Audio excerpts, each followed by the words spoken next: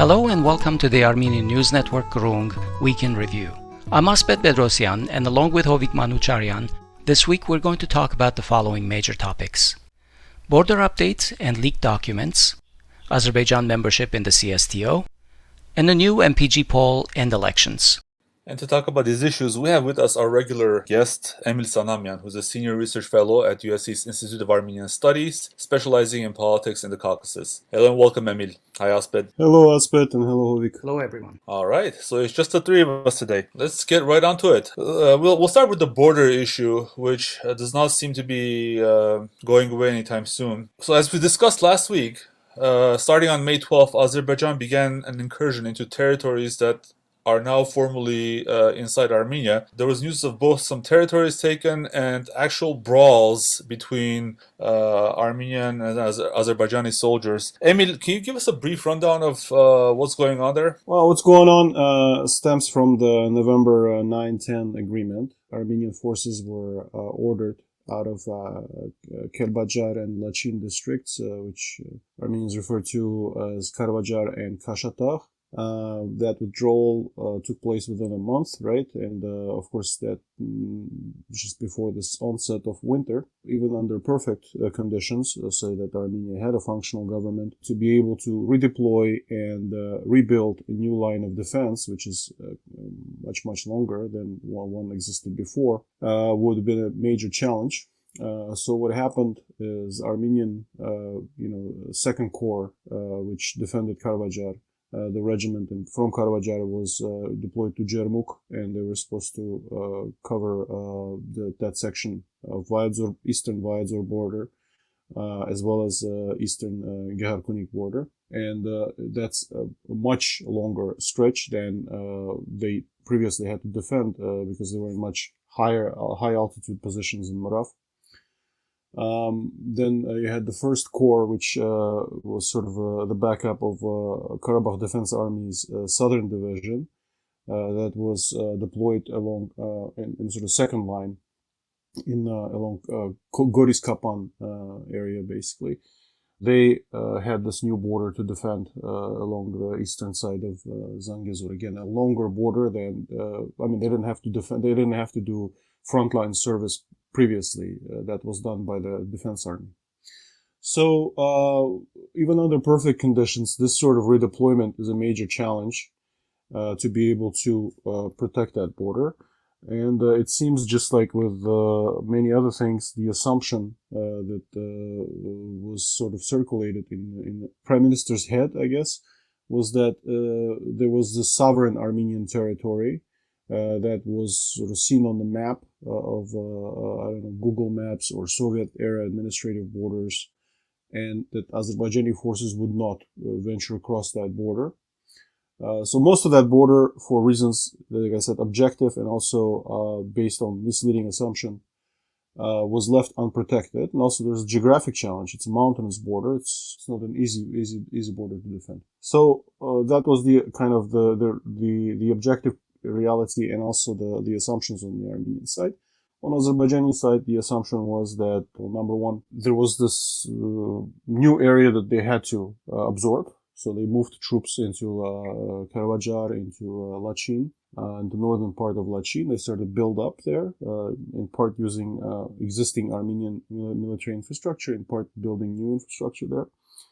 And as they basically, created some basic infrastructure for themselves, and of course, again, the fact that there was already an existing Armenian infrastructure gave them a leg up to prepare versus the Armenian side, which had no backup infrastructure to fall back onto. They prepared that, and then they started to encroach into sort of the no man's land, which there stretches substantially. And they moved into that area.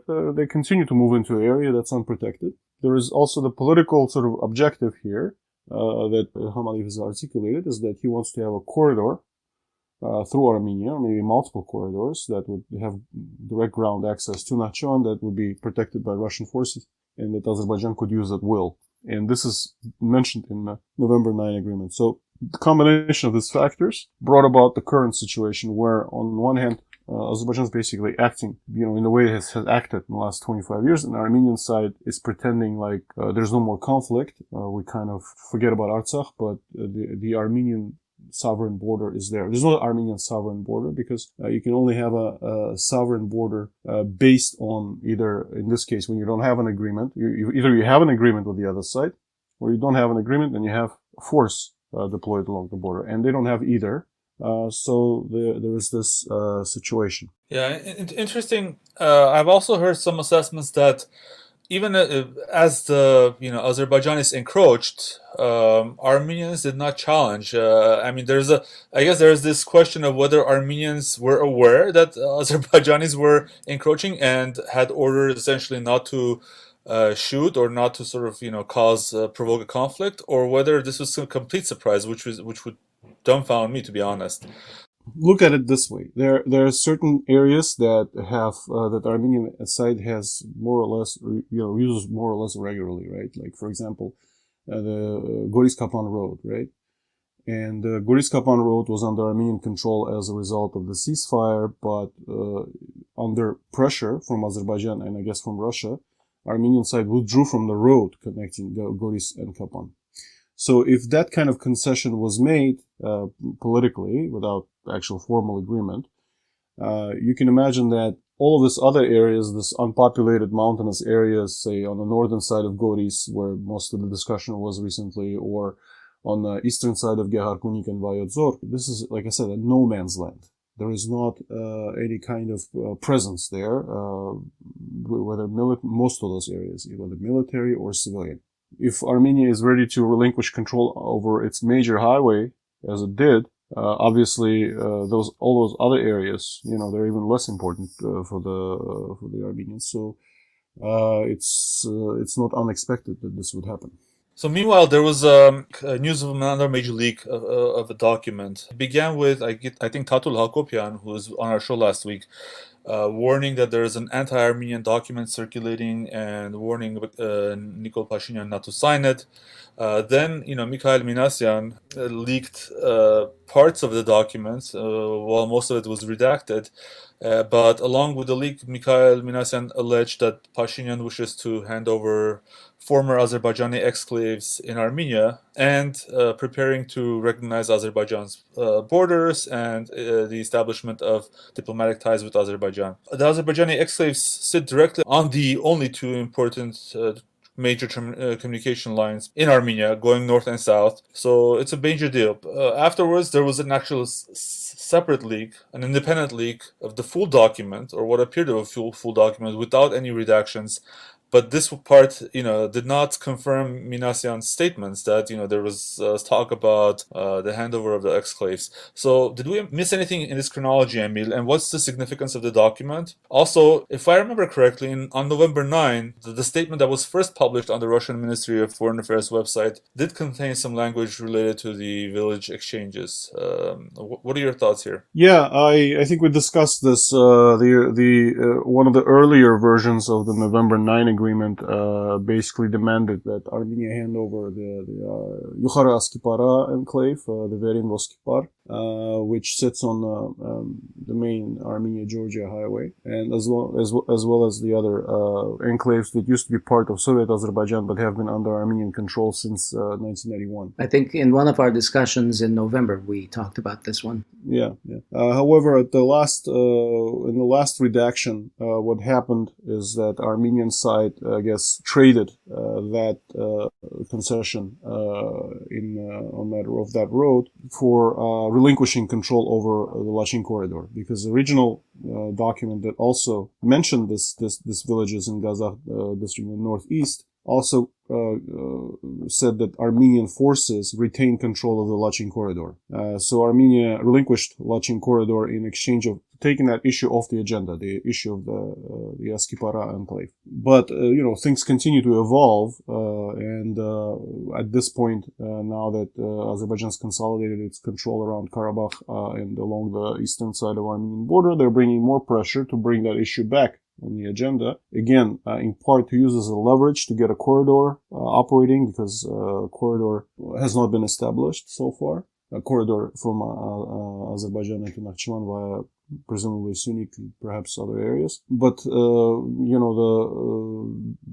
this will continue as long as there is no reorganization on the Armenian side and ability to function as a country, as a government, as a sovereign entity. Armenia has delegated authority for its protection to the Russian forces. Russian forces have come into the southern Armenia where they were not previously based. They were not based there before this war, around Goris and Kapan and other areas. However, Russians don't view their presence there as in the same manner as the Armenians view that presence. So they think, well, the Russians went there. That means the Russians will sort of keep watch, and we don't need to do anything. But that's not what the Russian assumption is they're projecting their power there to maybe deter Azerbaijan from sort of wholesale aggression and annexation of Sunik. But in terms of specific border areas, they're regulating traffic on Goris Kapan road, but that's about it, right? All these other areas are beyond their interest or beyond their control or immediate interest. So overall, Emil, what's the significance of all these exclaves and enclaves and stuff? Is it just trading horses, or is there some other value? No, the value is control over roads.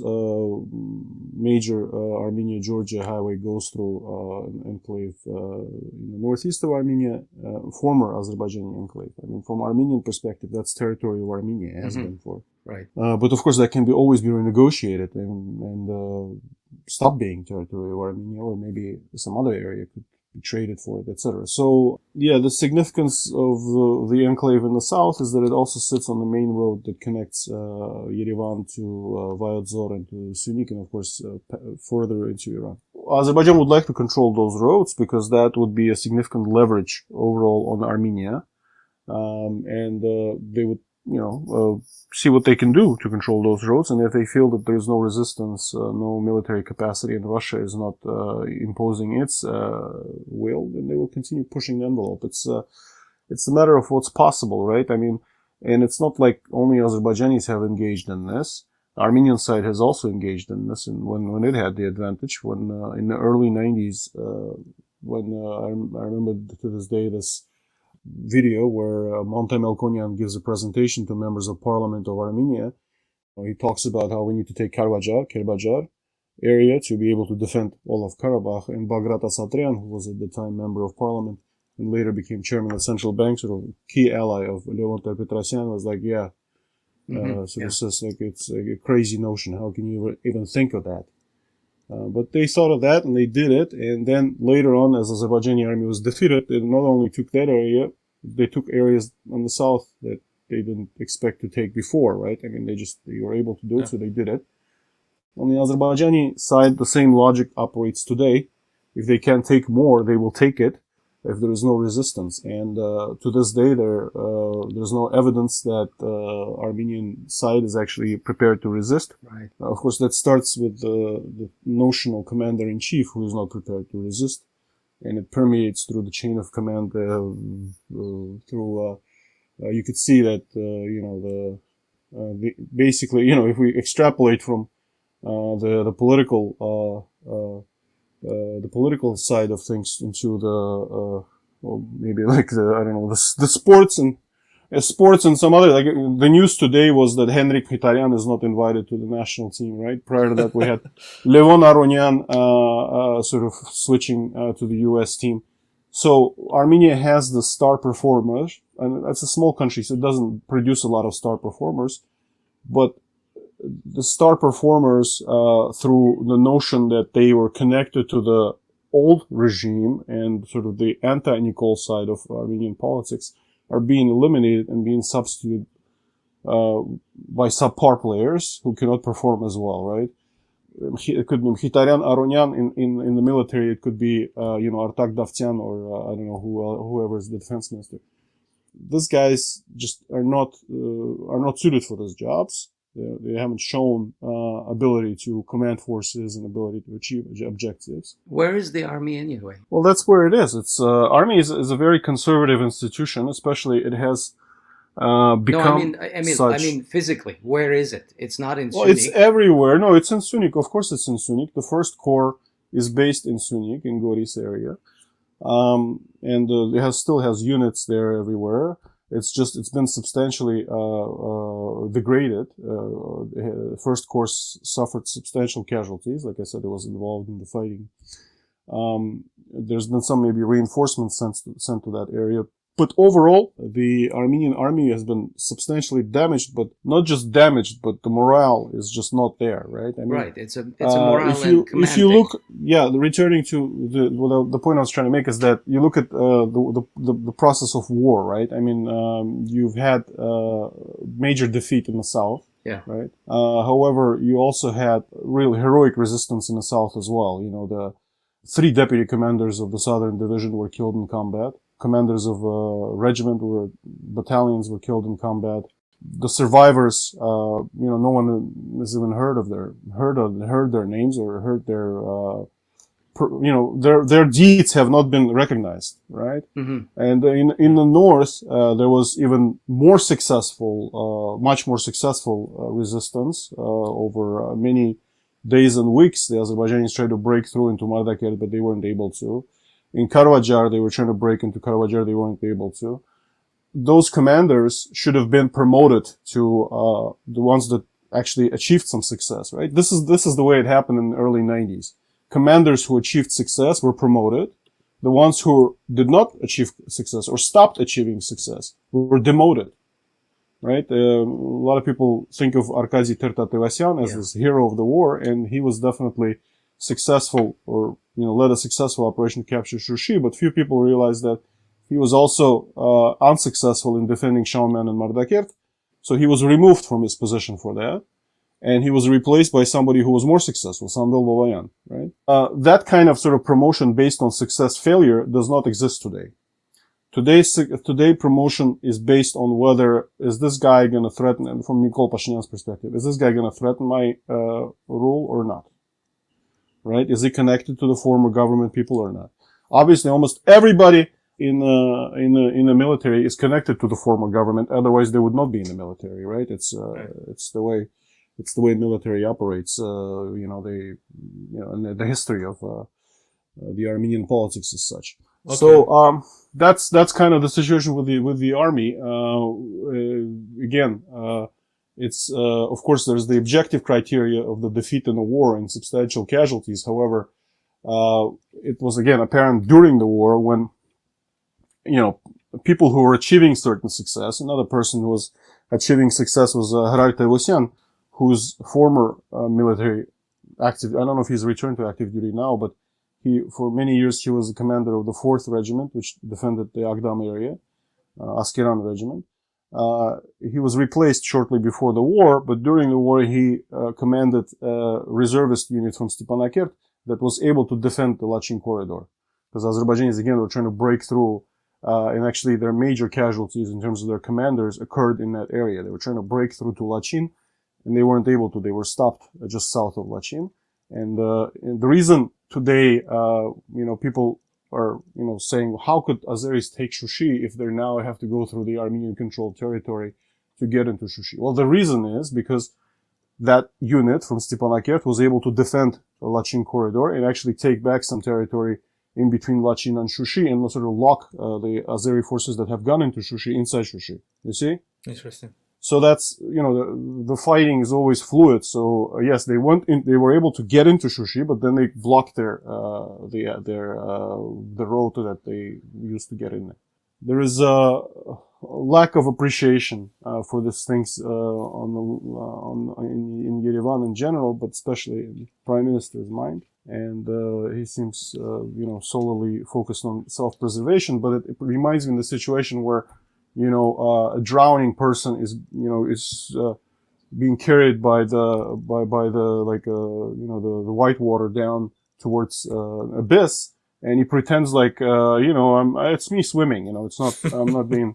And that's what all this demarcation or whatever agreement discussion is sounds like to me. So going back to that discussion, though, if you remember back in December timeframe, there was strong when they were asked, "Hey, are you doing demarcation and delimitation?" They go, "No, we're not doing any demarcation or delimitation. We're just like reallocating our troops." But The first couple of months they had to Google what is demarcation, what is delimitation, right? I mean, the first they had to learn those terms. Initially, they claimed that that's what's happening. Then they realized that's not exactly what's happening, and now they claim again that it's happening, right? So it's again, it's just basic illiteracy situation. That's what happens when institutions that you have, and I know actually the foreign ministry is still trying to resist this idiocy in certain ways. Their announcement was very interesting. It was completely counter. Yeah, so that's that's what happens when you have people without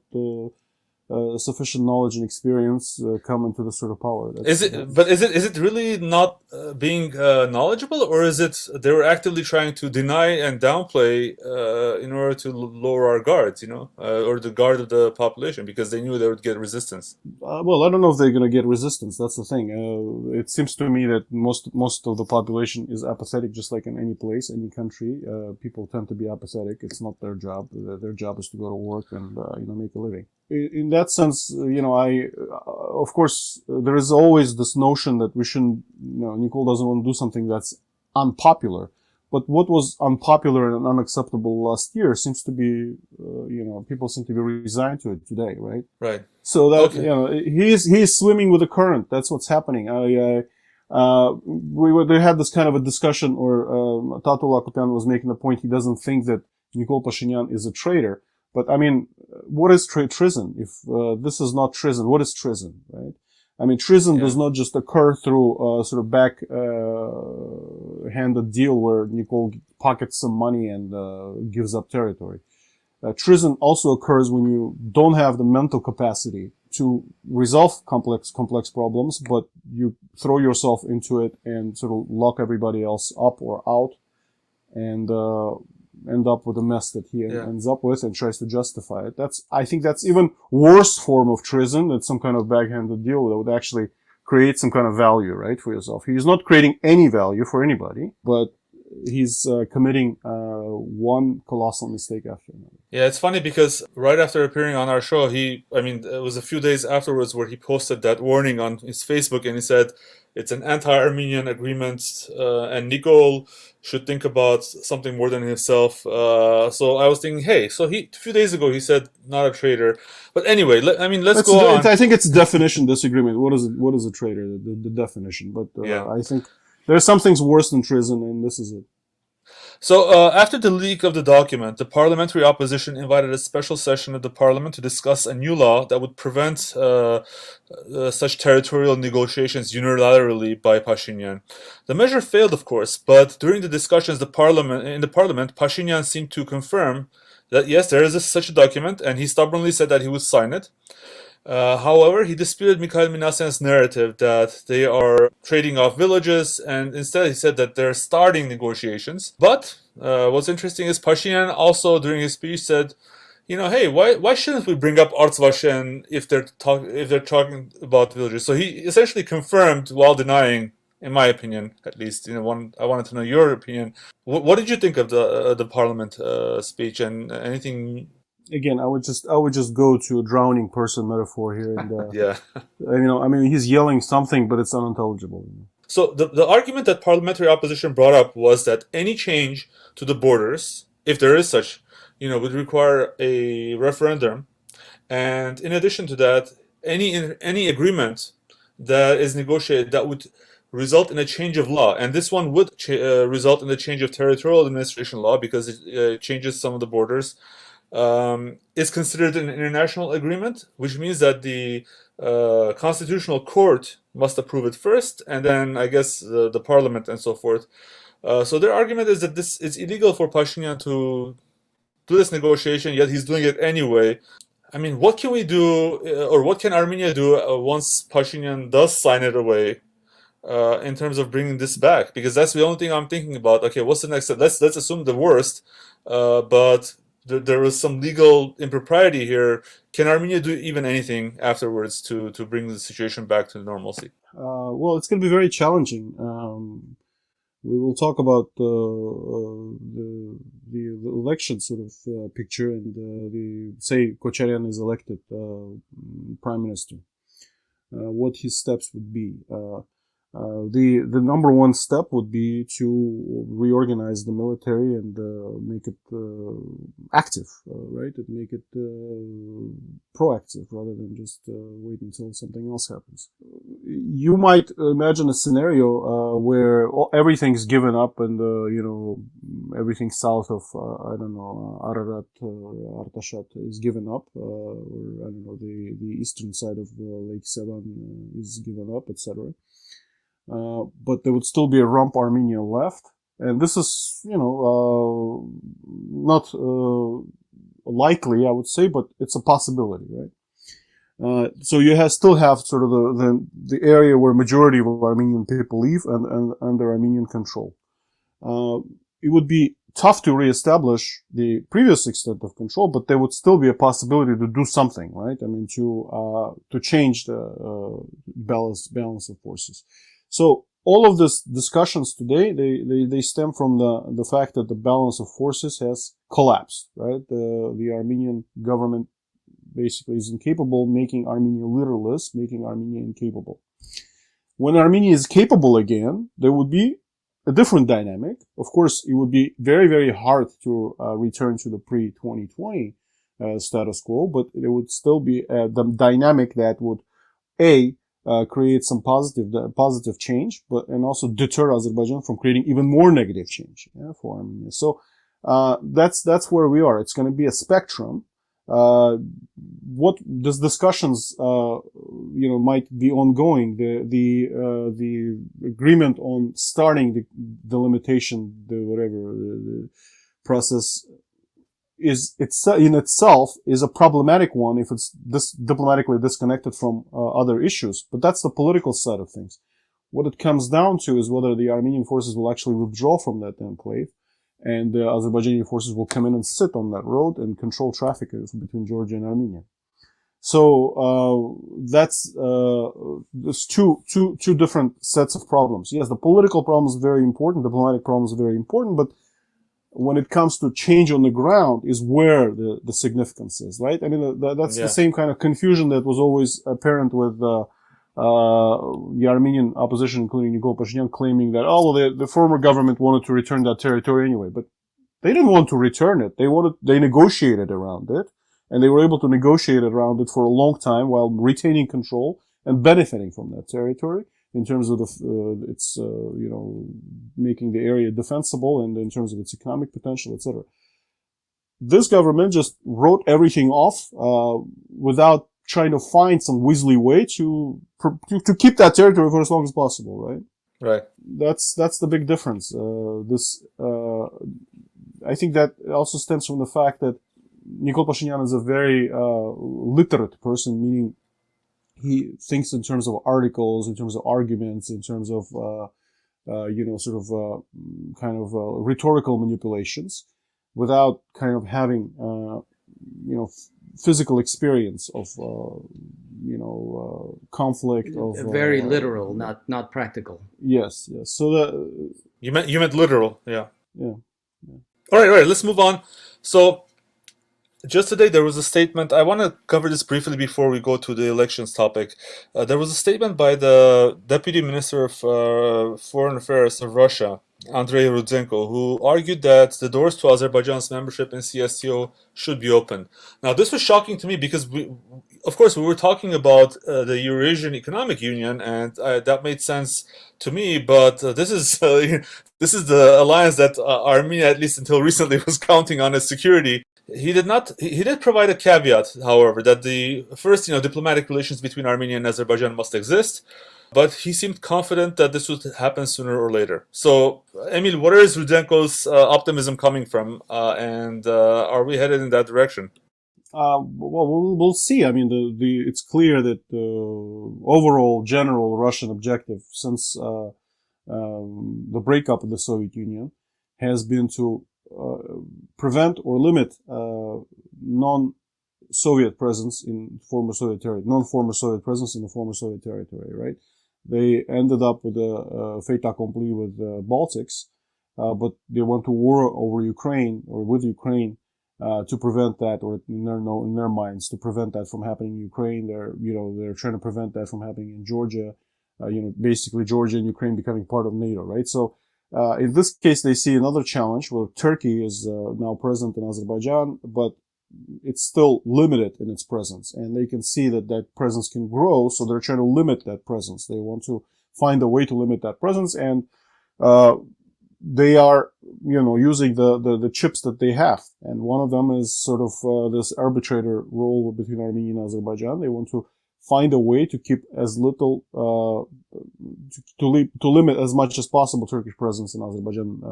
But of course, it's going to be very, very challenging. It's unclear. At some point, it will snap because the Aliyev family might be integrated into the Russian elite. They have homes in Moscow and businesses, etc.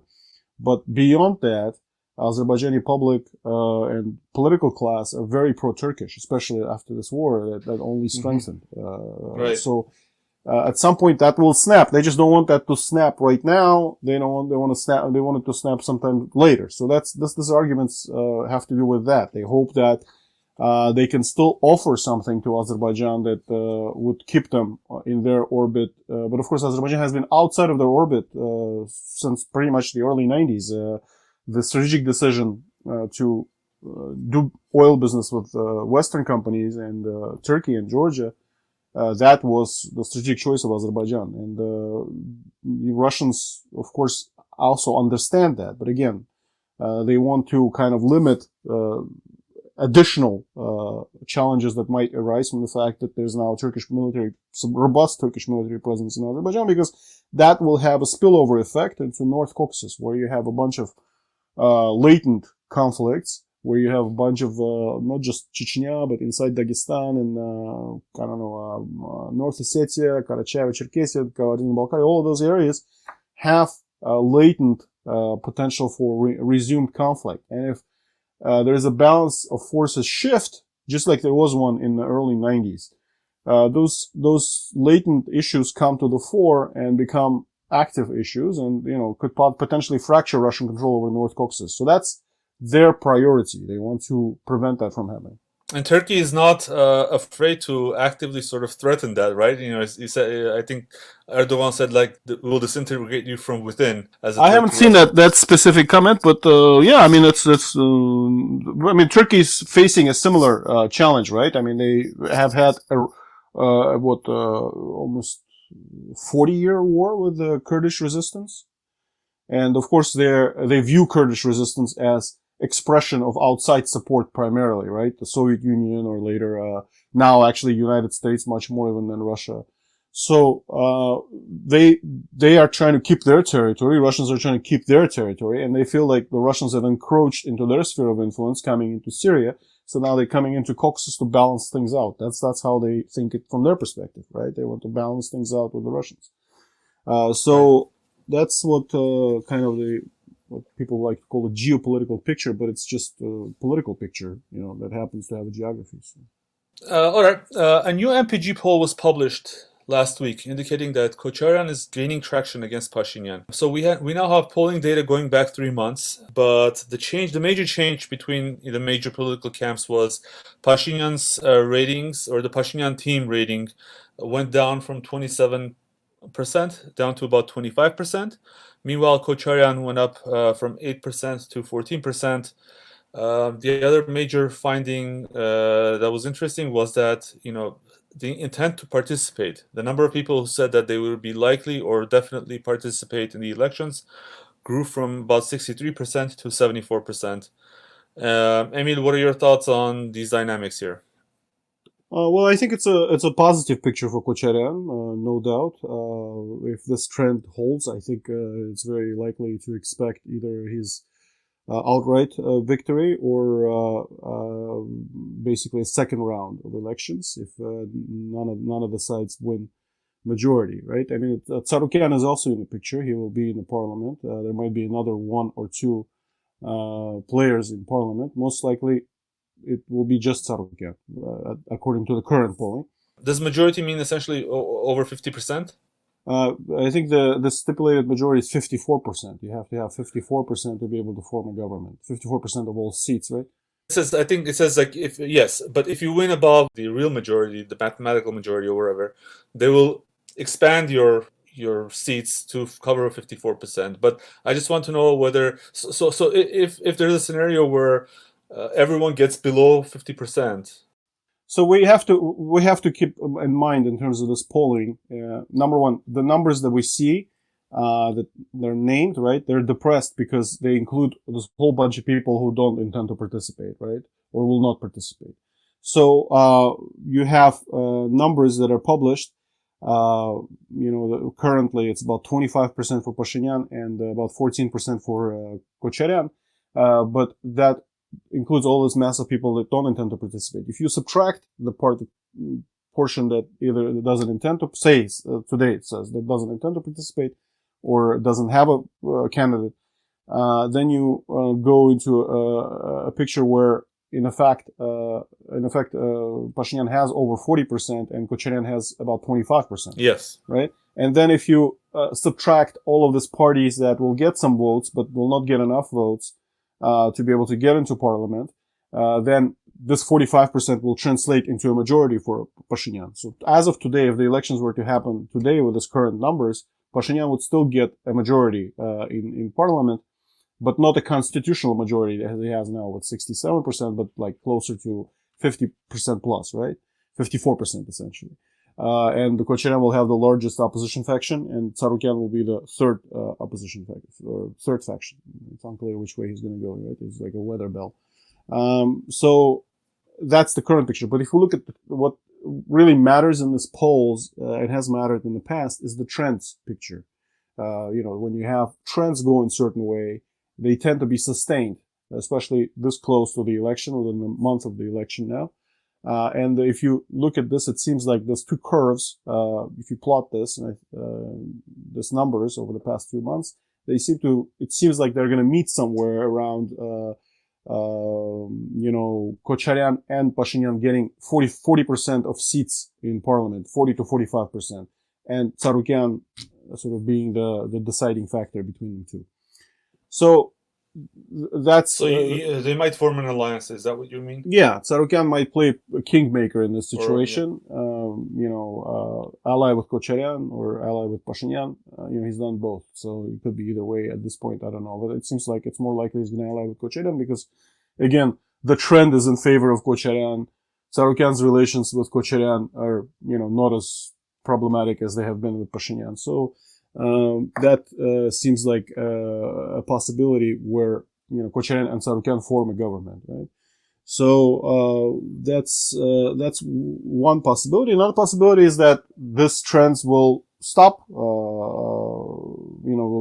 The trend will change, right? Before the election, and Pashinyan somehow solidifies his position, does something popular, sort of reinvigorates support, or does some kind of pressure tactics against Kocharian where his people get arrested and his traction starts to slow down, right?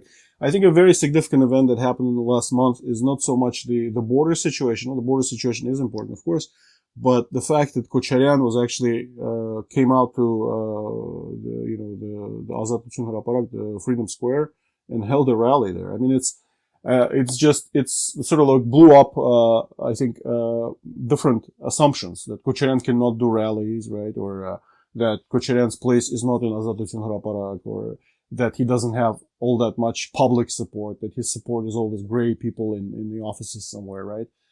So that legitimizes him as a political figure. And I think the fact that he took that step, organized this rally on May 9th, gave him a very big boost and gave confidence to a lot of people who were kind of considering him, but thought that he's sort of not really a mainstream politician at this point because he just, was just jailed, recently and, has been, under sort of, government attack for all the years that this government has been in power,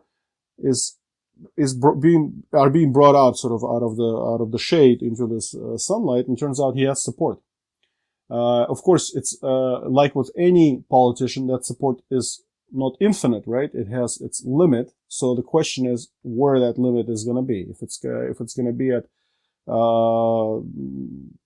say 30% of all votes, that's enough for him to win the election, right? So that's the big question, whether he's going to get to that number, and if he doesn't, if there is a second round, what else is going to happen? If there's going to be violence, if there's going to be some kind of clashes, etc., which I think is very likely. I mean, it seems like if you look at the history of Armenian politics, when you have sort of this irreconcilable personalities coming together in an election, just like happened in 2008 election or in 1996 election, there is some kind of clashes. When you have more, sort of compromising or more, sort of people schooled in compromise, such as Demirchan or Rafi Ovanesyan or Serge Sargsyan, they tend to kind of find a way to avoid the confrontation, and Rafi, takes the people to Tsirnak instead of Bagram 26 or something like that. So it's so that's kind of the picture for this election. Right? What do you think about the Republican Party's performance in the polls? Well, like I said, it's I saw there was some noticeable boost in their number, but I don't think they're going to be able to overcome the 7% barrier for blocks of parties, right? So yeah, for the alliance. Yeah. So I think they're taking votes away from Kocharyan essentially. So if they decide before the registration deadline or election deadline that they're sort of throwing support for Kocharyan, I think that would sort of help that. And at the same time, you have Aram Sargsyan, who also had a little bit of a growth in numbers. That's sort of on the anti-Kocharyan side and more likely to ally with Pashinyan. He's kind of taken votes away from Pashinyan. So those two kind of so far marginal factors, they're playing on the margins, but they could affect the outcome of the election, whether they pull out early or eventually, if say under some circumstances Aram Sargsyan has a little bit of a better chance because his threshold would be lower to get into parliament, he could sort of save Pashinyan kind of and give him majority. So those two groups are playing on the margins of this political picture. Do you see a scenario where the Republicans could throw their support behind Kocharyan? Yes, of course, I see that. Yeah, I see that.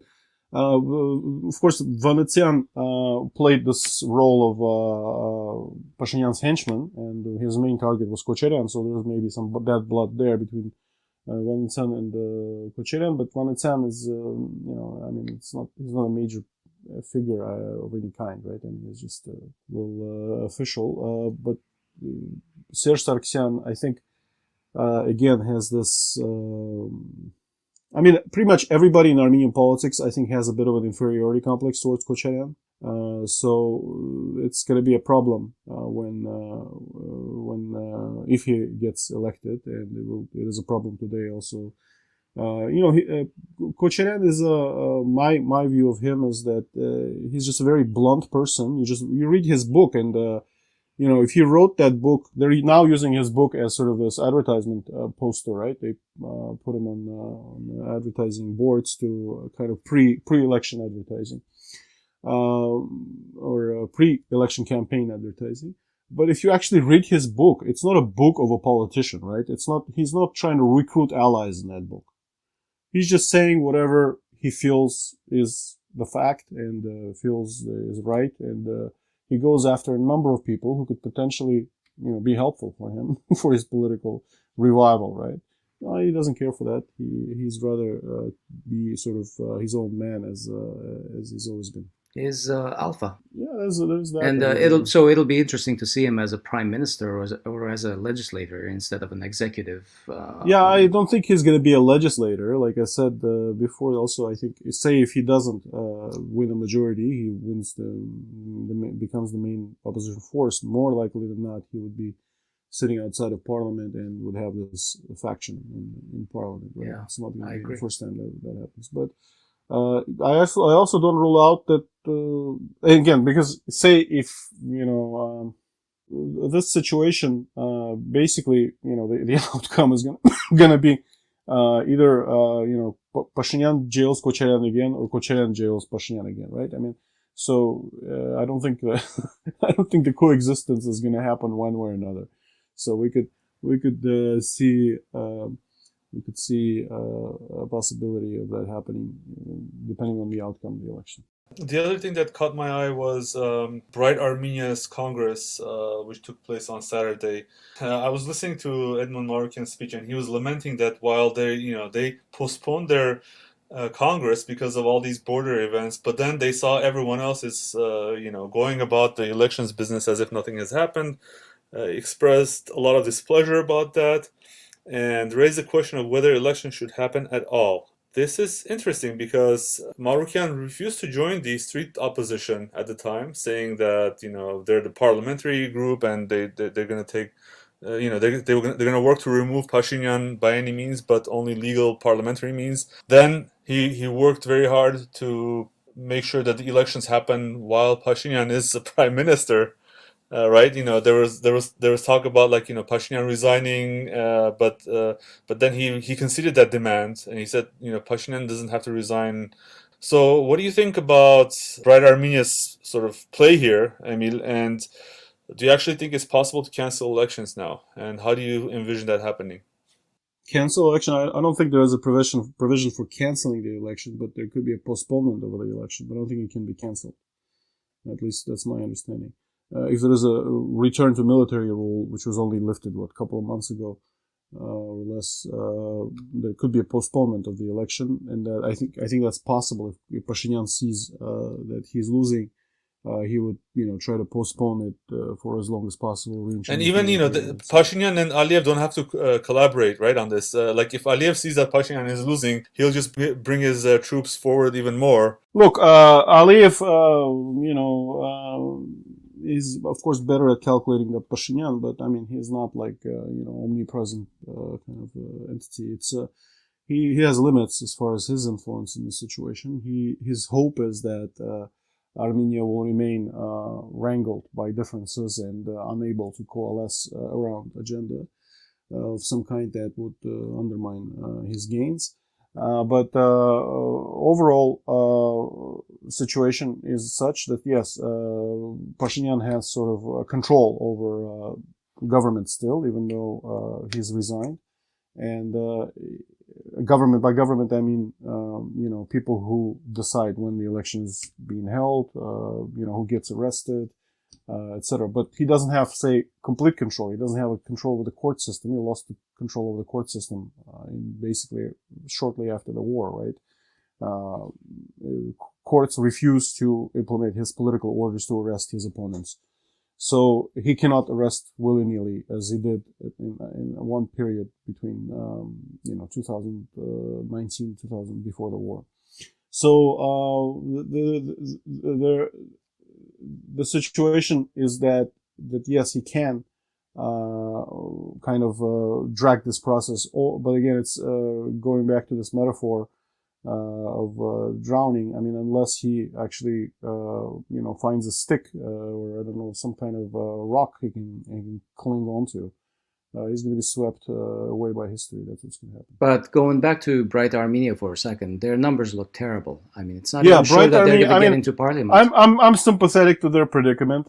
They try to civilize the Armenian political process. Edmond Marukian, I think people in his of course, he brought Arman Babajanyan into parliament, which is a sin. But in general, I think they try to civilize the political process. In Armenia, they still try to do it.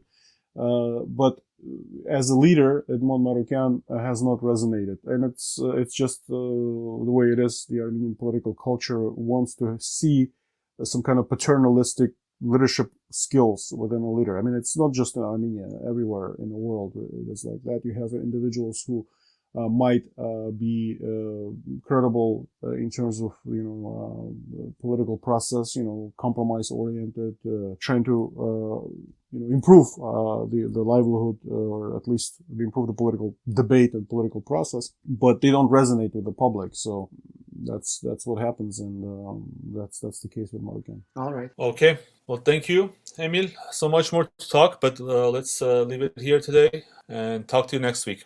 Thanks, Emil. Okay, bye-bye. That concludes our program for this Week in Review episode. We hope it has helped your understanding of some of the issues from the previous week.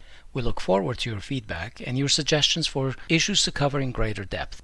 Contact us on our website at groong.org or on our Facebook page ANN-Groong or in our Facebook group Groong-Armenian News Network. Special thanks to Laura Osborne for providing the music for our podcast. On behalf of everyone in this episode, we wish you a good week. Don't forget to subscribe to our channels, like our pages, and follow us on social media. Thanks for listening, and we'll talk to you next week.